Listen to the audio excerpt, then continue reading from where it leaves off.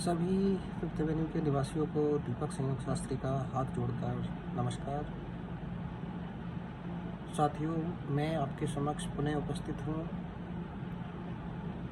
In continuation with my last video जो मैंने 2 दिन पहले पोस्ट की थी, जिसमें मैंने अपनी वर्तमान जिसका टेनोर 10 और दिन रह गया है, उसके अध्यक्ष श्री अनुपम जैन जी और उसके महासचिव श्री संजय राजपूत जी से मैंने ओपन बोला था, कहा था, चुनौती दी थी,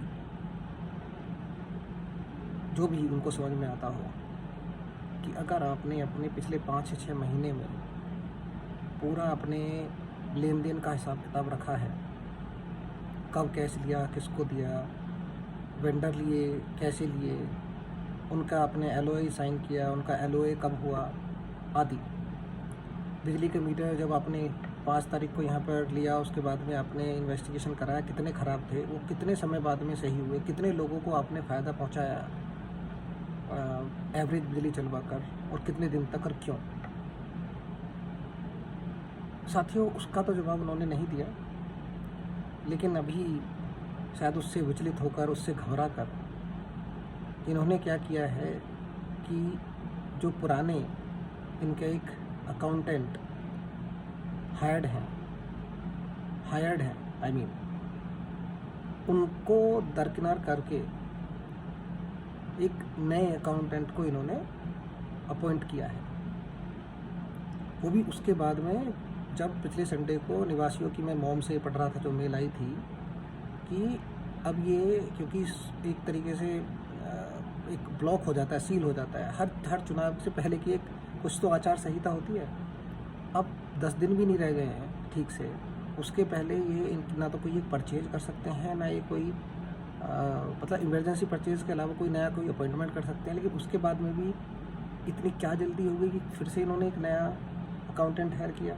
इसका मतलब कुछ गुफा है जिसको ये कवर अप कराना चाहते हैं अपने किसी पर्सनल अकाउंटेंट को हायर करके, जो इनकी बातों को मानेगा, जो इनके तरीके से चलेगा, क्योंकि शायद पुराने वाले अकाउंटेंट इनके तरीके से नहीं चले। वो संविधान के दायरे में रह के नियमानुसार कायदे से चलना चाहते थे।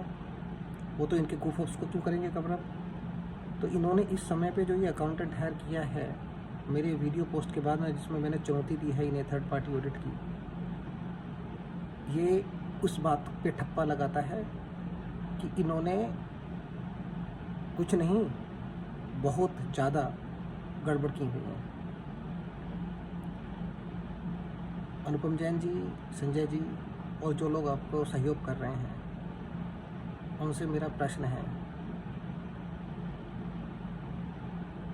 कैसे आप लोग ये सब कर लेते हो ज़मीन को अपने ताक पे रखकर, और क्यों कर रहे हो?